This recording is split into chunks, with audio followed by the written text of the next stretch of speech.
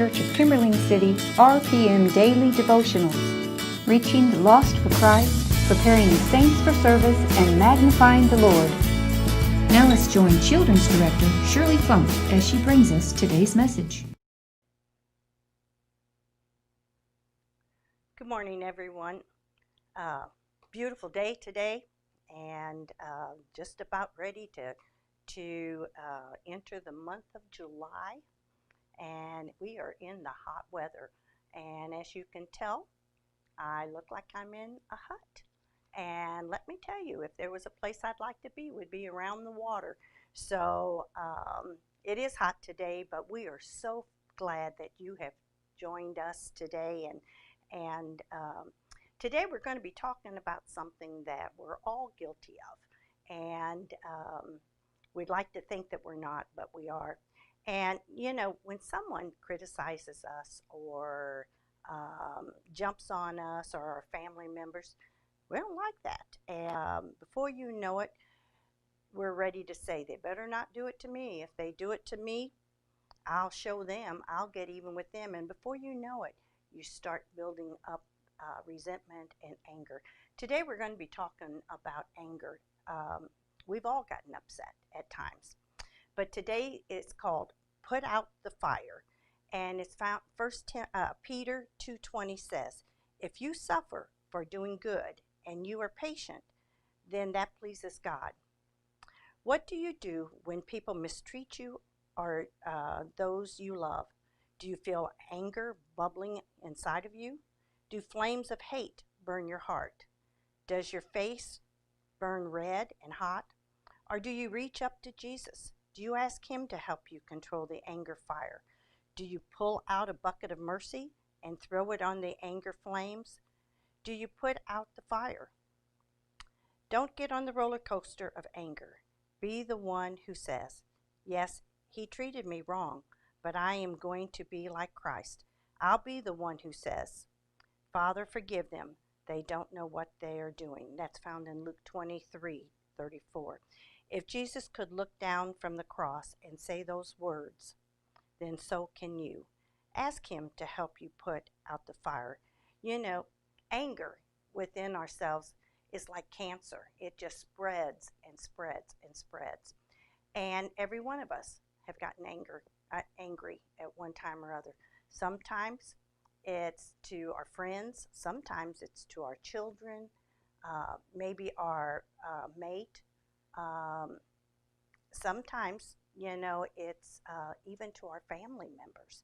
I know that a lot of times you talk about your family, and then all of a sudden someone dies, and then it comes down to possessions and that.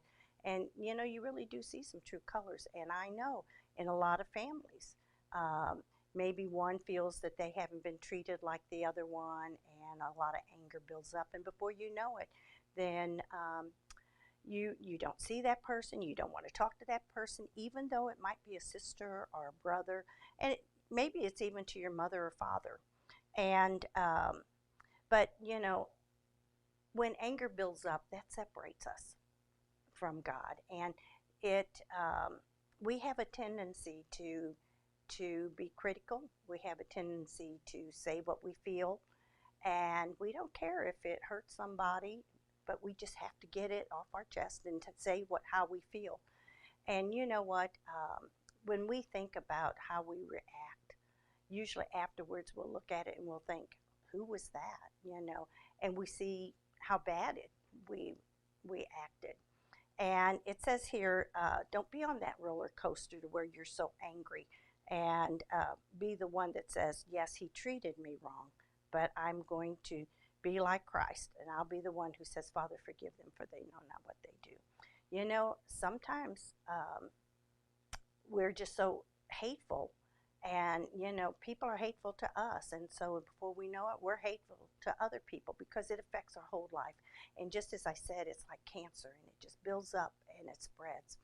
And, you know, when that happens, people can tell something is going on in your life. So let me encourage you that when you feel that you're getting angry and you can't forgive somebody. If we just could picture Jesus on the cross and what he went through and what we caused him to go through, then it sort of puts things in proper perspective. I know when I get to heaven, what I want to hear is, "Well done, thy good and faithful servant." None of us are perfect. Sin's been in the world since Adam and Eve, and today we see the anger just throughout the United States, throughout the world. And, for some people, that you can easily be caught up into that. And it's hard for them to be able to associate you being a Christian and seeing the love of Jesus through you, unless we do look at ourselves, and unless we stop going on the roller coaster of, today someone crossed me and I'm upset, and before you know it, you won't see them, you won't have anything to do with them, and then next thing you know, you forget about even the reason why that has happened.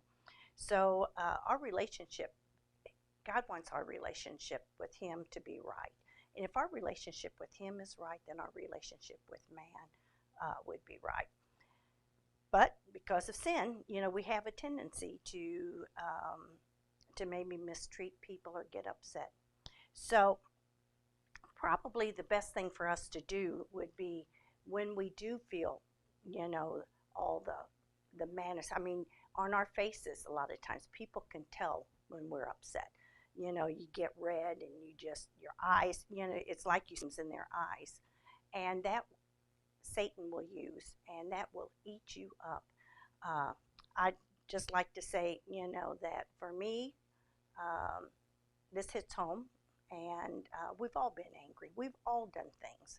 And just thinking the next time I'm about to get angry and preparing myself, don't let it get that far, that we just go ahead and look toward the Lord and think about Jesus dying on that cross, hanging on that cross. That was because of the sin in my life. Are we perfect? No. Will we ever be perfect? No. But he wants us to be able to share his love, and it's sure hard sharing his love whenever we've got anger building up inside of us. So he didn't die there so that we could hold a grudge. There's no room in our lives for grudges.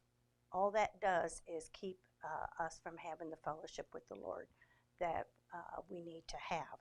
So what we need to do is just pray for his help to help us to forgive one another. Nothing is worse than seeing families split up, or friends that have grown together for so long because of maybe something said or something done, because they didn't agree with how we felt. And and most of the time we think that we're right, and a lot of times we're not. So put out the fires. Don't allow that to happen in your life.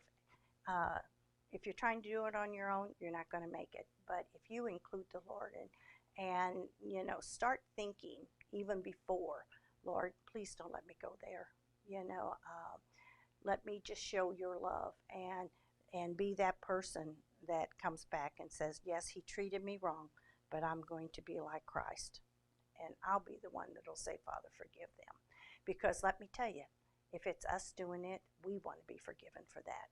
So again, put out the fire. Don't allow anger to enter in. And sometimes you just need to walk away and turn it over to the Lord, because he's got it. There's nothing that he cannot do.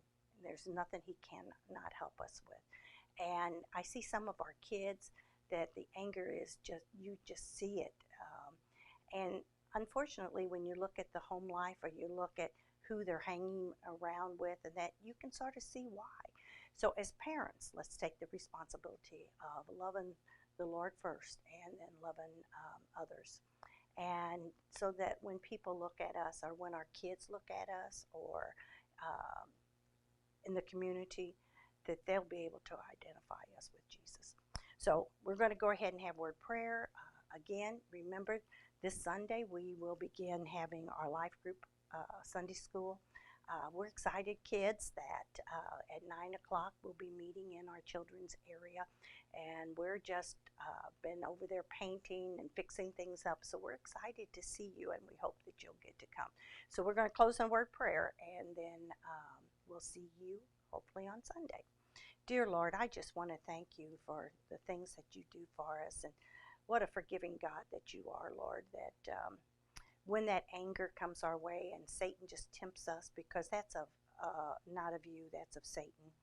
And when it just seems like it's boiling inside of us, Lord, that affects our relationship with you. And Lord, please forgive us of that. And help us that when we see that maybe our conversation, our relationships are maybe not going the way that they should, that we take our eyes and we look at you and we think of you hanging Jesus on the cross, and you were there because of our sin. And Lord, I just pray that you will help us to understand that we've got to be forgiving and we've got to love you. And if we put you first in our lives and love you, then all of our other relationships will be right. So Lord, thank you for all that you do. We ask that you be with us this week. You'll keep us safe, and that we'll have a great Sunday coming back into worship, into our life groups, Lord. Just thank you for all that you do. In your name we pray. Amen. Thank you all. Thank you again for joining us today. We invite you to watch RPM Daily Devotionals each weekday, Monday through Friday at 9 a.m. on Facebook and YouTube. We hope you have a blessed day.